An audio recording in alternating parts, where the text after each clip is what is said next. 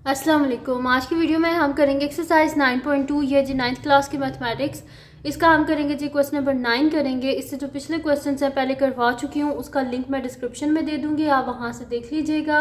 और अगर अभी तक आपने मेरा चैनल सब्सक्राइब नहीं किया तो उसको सब्सक्राइब कर दीजिए और बेल आइकन को लास्ट में प्रेस कर दीजिएगा ताकि आपको न्यू आने वाली वीडियोज़ के बारे में पता चल सके। तो स्टार्ट करते हैं हम। हमारे पास क्वेश्चन नंबर 9 है कि show that the points M N P Q are the vertices of a parallelogram. कि हमने बताना है कि जो गिवन पॉइंट्स हैं कि वर्टिसेस हैं पैरेललोग्राम के। तो पैरेललोग्राम हमारे पास किस तरह होती है, वो कुछ इस शेप में होती है हमारे पास। ठीक है जी, ऐसे होती है हमारे पास पैरेललोग्राम। तो इसके हमारे पास वर्टिसेस उन्हें बताए हुए हैं कि हमारे पास क्या है, एम एन पी क्यू। ठीक है, ये इसके क्या वर्टिसेस हैं। अब पैरेललोग्राम में क्या होता है, ये दो साइड्स इक्वल होती हैं और ये दो साइड्स इक्वल होती हैं। दोनों साइड्स इक्वल होती हैं, लेकिन इसमें ये जो एंगल्स हैं ना, ये जो वर्टिसेस हैं, ये एंगल जो है ये 90 डिग्री के नहीं होते। रेक्टेंगल में ये एंगल्स 90 डिग्री के होते हैं, लेकिन पैरेललोग्राम्स में ये पैरेलल लाइंस होती हैं। तो ये दोनों इक्वल होती हैं और ये दोनों इक्वल होती हैं, लेकिन यहाँ पर एंगल 90 डिग्री का नहीं बनता।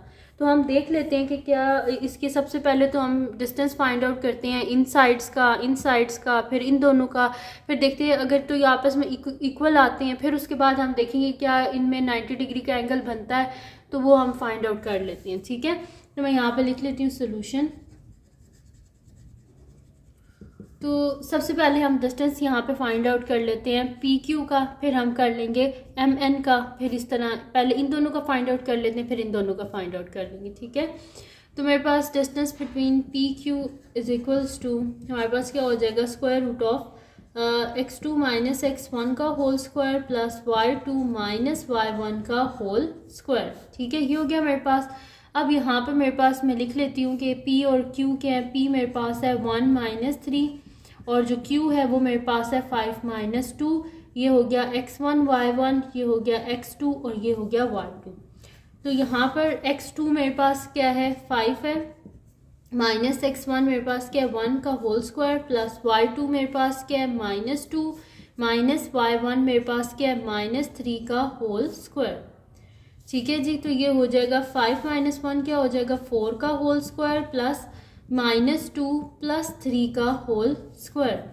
तो 4 का स्क्वायर क्या होता है, 16 और प्लस हमारे पास क्या हो जाएगा, 3 माइनस 2 1 का होल स्क्वायर।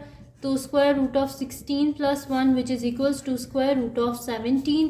तो ये मेरे पास आ गया डिस्टेंस बिटवीन पी क्यू। तो ये क्या आ गया मेरे पास, स्क्वायर रूट ऑफ 17। अब हम कर लेते हैं, यहाँ पर मैंने कर लिया पी क्यू।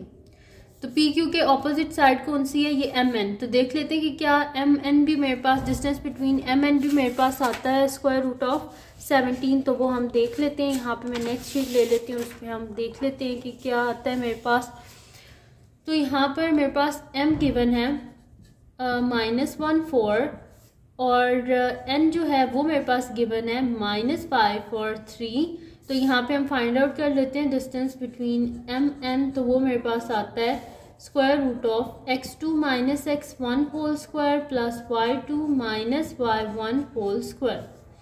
तो यहाँ पे लिख लेते हैं, मेरे पास x2 क्या है, ये मेरे पास हो गया x1 y1 और ये हो जाएगा x2 और ये हो जाएगा y2। तो इनकी वैल्यूज़ को यहाँ पे सब्स्टिट्यूट कर देते हैं हम। तो x2 क्या है मेरे पास, -5 माइनस x1 क्या है मेरे पास, -1 होल स्क्वायर प्लस y2 मेरे पास क्या है 3 माइनस y1 मेरे पास क्या है 4 होल स्क्वायर। ठीक है, तो यहाँ पे क्या आ जाएगा मेरे पास, स्क्वायर रूट ऑफ -5 प्लस 1 का होल स्क्वायर प्लस 3 माइनस 4 का होल स्क्वायर। तो ये मेरे पास हो जाएगा -5 प्लस 1 -4 का होल स्क्वायर प्लस 3 माइनस 4 -1 का होल स्क्वायर। तो -4 का होल स्क्वायर क्या होता है हमारे पास, 16 और -1 का होल स्क्वायर 1 होता है, यानी कि मेरे पास आ गया स्क्वायर रूट ऑफ 17। और ये किसके इक्वल, ये किसका है मेरे पास, डिस्टेंस ऑफ एम एन। तो यहाँ पे अगर आप देखें तो मेरे पास क्या पी क्यू और एम एन, यानी कि ये दोनों जो लाइंस हैं, ये मेरे पास साइड्स जो हैं, ये दोनों मेरे पास क्या आ गई, इक्वल आ गई ये दोनों साइड्स। अब हम फाइंड आउट कर लेते हैं इन दोनों साइड्स को, यानी कि मैं फाइंड आउट कर लूँगी एम क्यू को और एन पी को। तो यहाँ पे फाइंड आउट कर लेते हैं। सबसे पहले यहाँ पे मैं एन पी को कर लेती हूँ। तो एन जो है वो मेरे पास इक्वल है n है जी -5 3 और जो मेरे पास है p है वो मेरे पास इक्वल है 1 -3। तो ये हो गया x1 y1, ये हो गया x2 और ये हो गया y2। तो distance of N P is equals to square root of x2 minus x1 का whole square plus y2 minus y1 का होल स्क्वायर। तो यहाँ पे मेरे पास हो जाएगा स्क्वायर रूट ऑफ x2 किसके इक्वल होता है हमारे पास 1 के इक्वल होता है, 1 माइनस x1 किसके इक्वल है -5 का होल स्क्वायर प्लस y2 किसके इक्वल है -3 माइनस y1 किसके इक्वल है मेरे पास 3 के इक्वल और इसका होल स्क्वायर। ठीक है, ये आ गया मेरे पास, यानी कि square root of 1 minus minus plus 5 का होल स्क्वायर प्लस -3 और -3 क्या हो जाएगा -6 का होल स्क्वायर, यानी कि 6 का होल स्क्वायर प्लस 6 का होल स्क्वायर। -6 का होल स्क्वायर जो है वो किसके इक्वल होता है 6 के होल स्क्वायर के इक्वल होता है, क्योंकि माइनस साइन प्लस में चेंज हो जाता है जब हमारे पास स्क्वायर हो ऊपर। तो मेरे पास क्या हो जाएगा distance of N P is equals to 36 plus 36। तो 36 में से 36 को ऐड करें तो हमारे पास क्या होता है 6 + 6 12। तो यहाँ पे मेरे पास हो जाएगा 2 और 1 कैरी 3 + 3 6 + 1 7। तो distance of N P is equals to square root of 72। ये हो गया मेरे पास। अब क्या करना है, हमने एन पी को फाइंड आउट कर लिया, अब किसको फाइंड आउट कर लेते हैं एम क्यू को। तो इधर साइड पे मैं फाइंड आउट कर लेती हूँ एम क्यू को। तो यहाँ पे मैं लिख लेती हूँ कि जो एम है वो मेरे पास किसके इक्वल है, एम मेरे पास है जी -1 4 के, और जो मेरे पास है यहाँ पर क्यू वो मेरे पास इक्वल है 5 - 2 के। ठीक है जी, अब क्या कर लेते हैं, मैं डिस्टेंस फार्मूला यहाँ पे अप्लाई कर लेती हूँ। ये मेरे पास है x1, ये y1, ये x2 और ये y2। तो मैं यहाँ पे लिख लेती हूँ distance of M Q is equals to x2 minus x1 whole square plus y2 minus y1 whole square. ठीक है, तो यहाँ पे इनकी वैल्यूज़ को हम सब्स्टिट्यूट कर लेते हैं। तो x2 मेरे पास किसके इक्वल है 5 के इक्वल है, तो 5 माइनस x1 किसके इक्वल है -1 के, और इसका कर लेना है हमने होल स्क्वायर प्लस y2 किसके इक्वल है यहाँ पे मेरे पास -2 के, और y1 किसके इक्वल है 4 के, उधर मैंने माइनस का साइन है। तो यहाँ पे मेरे पास हो जाएगा स्क्वायर रूट ऑफ 5 + 1 का होल स्क्वायर प्लस -2 और -4 क्या होता है -6 का होल स्क्वायर। तो 5 + 1 6 का होल स्क्वायर प्लस -6 का होल स्क्वायर।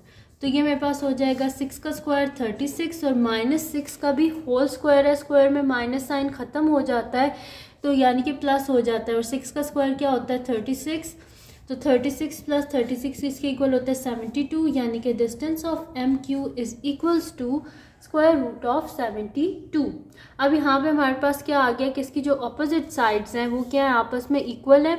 2 मेरे पास आई है स्क्वायर रूट ऑफ 17 और 2 मेरे पास आई है स्क्वायर रूट ऑफ 72। इससे हमें क्या पता चला है कि हमारे पास ऑपोजिट साइड्स, कौन सी ऑपोजिट साइड वो मैं यहाँ पे लिख भी देती हूँ। सिंस हमारे पास क्या आया था पी क्यू भी स्क्वायर रूट ऑफ 17 आया था और एम एन भी स्क्वायर रूट ऑफ 17 आया था, तो मैं यहाँ पे लिख देती हूँ distance of P Q is equal to distance of M N, और ये दोनों किसके इक्वल है स्क्वायर रूट ऑफ 17 के।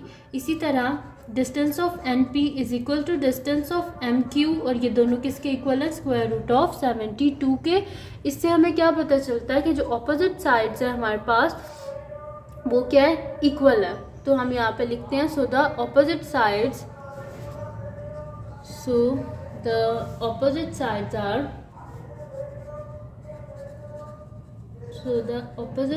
Are equal. ऑपोजिट साइड्स हमारे पास इक्वल हैं। अब क्या करना है, हमने देखना है इसका डायगोनल फाइंड आउट करना है। डायगोनल फाइंड आउट करने के बाद देखना है कि क्या इसके ऊपर पाइथागोरस थ्योरम जो है वो प्रूफ होता है कि नहीं होता। ठीक है, तो वो हम कर लेते हैं यहाँ पर। अब यहाँ पर डायगोनल में एक कोई फाइंड आउट कर लेती हूँ। ठीक है, डायगोनल एक भी कोई आ गया हमारे पास तो हम देख लेंगे कि अगर एक भी यहाँ पे कोई 90 डिग्री का एंगल ना बना, इसका मतलब है कि ये हमारे पास जो गिवन फिगर है ये रेक्टेंगल तो नहीं है। अगर रेक्टेंगल नहीं है तो फिर क्या, अगर ऑपोजिट साइड्स इक्वल है तो उसका मतलब है कि एक पैरेललोग्राम है। ठीक है, तो फिर मैं यहाँ पे कर लेती हूँ, नेक्स्ट शीट ले लेते हैं। और यहाँ पे मैं इसका फाइंड आउट कर लेती हूँ एक डायगोनल, ठीक है। तो ये एन क्यू को हम फाइंड आउट कर लेते हैं, तो मैं यहाँ पे लिख लेती हूँ distance of N Q is equals to, हमारे पास क्या होगा, square root of x2 minus x1 का whole square plus y2 minus y1 का होल स्क्वायर।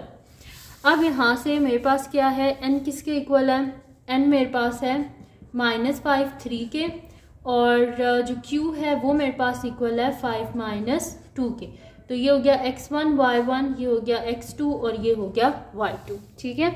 अब इनकी वैल्यूज़ को मैं यहाँ पे सब्सिट्यूट कर देती हूँ, तो मेरे पास हो जाएगा स्क्वायर रूट ऑफ x2 किसके इक्वल है, 5 के इक्वल है, 5 माइनस x1 किसके इक्वल है, -5 का होल स्क्वायर, प्लस y2 किसके इक्वल है, -2 माइनस y1 किसके इक्वल है, 3 का होल स्क्वायर, ठीक है।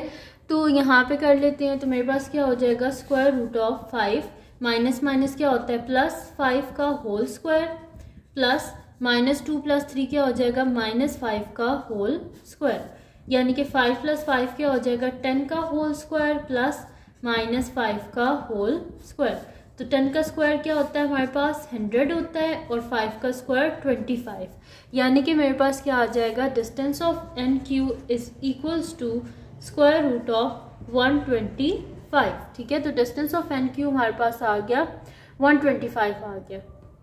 अब पाइथागोरस थ्योरम हमारे पास क्या होता है कि ये मैंने फाइंड आउट किया ना, ये एन क्यू फाइंड आउट किया मैंने। तो अब क्या होना चाहिए, पाइथागोरस थ्योरम के हिसाब से यहाँ पे मेरे पास होना चाहिए इन दोनों साइड्स के स्क्वायर का सम किसके इक्वल होना चाहिए, मेरे पास 90 डिग्री के इक्वल होना चाहिए, ठीक है। तो अब फाइंड आउट कर लेते हैं, फिर हमारे पास ऑलरेडी है तो सही, एन पी भी मेरे पास है और पी क्यू भी है। तो देखते हैं इन दोनों के स्क्वायर्स का सम क्या मेरे पास आता है 125 के इक्वल, स्क्वायर रूट ऑफ 125। अगर तो आ गया, इसका मतलब है कि ये पैरेललोग्राम नहीं है, ये हमारे पास एक रेक्टेंगल है, और अगर ना आए तो उसका मतलब है पैरेललोग्राम ही है, ठीक है।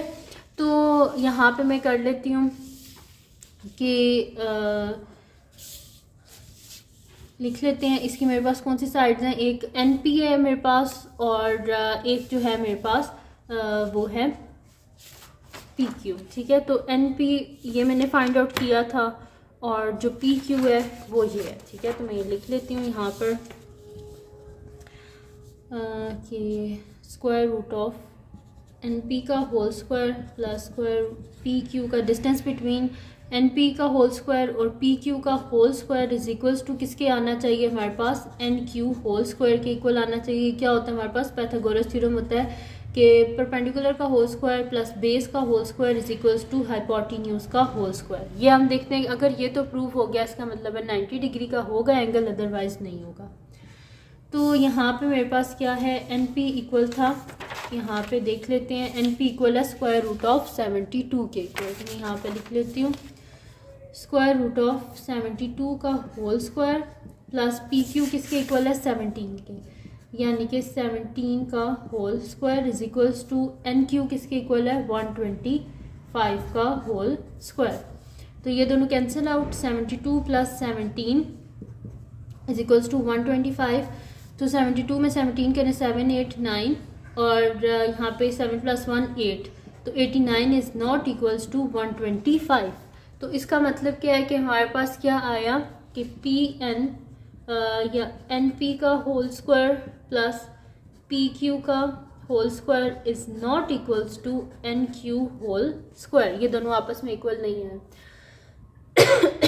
अगर ये दोनों इक्वल नहीं आए, इसका मतलब क्या है कि इसमें 90 डिग्री का कोई एंगल नहीं बनता, यानी कि ये जो हमारे पास P है ना, ये 90 डिग्री के इक्वल नहीं है। तो मैं यहाँ पे लिख दूंगी कि द मेजर ऑफ एंगल